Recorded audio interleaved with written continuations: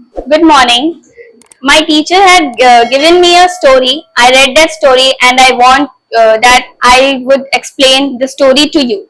The title of the story was The Ungrateful Stag. Ungrateful means being thankless.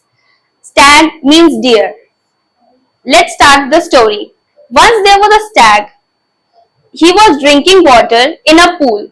The water of the pool was very clear so that he could see the reflection of it in the water of the pool.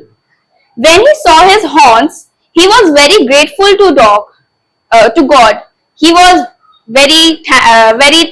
he was thanking to God that the God had gave me such a nice horns that look like a crown.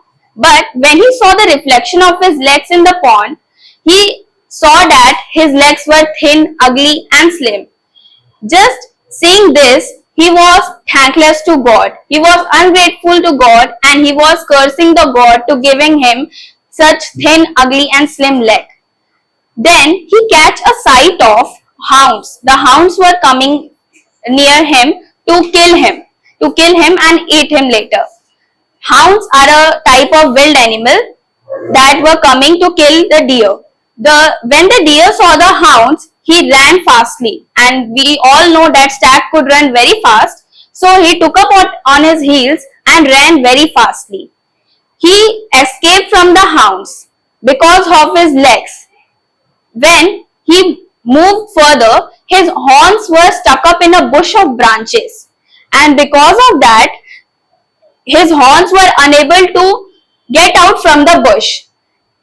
And after that, when deer was trying to put out the hounds from the bush, the hounds saw him and came near him and killed him.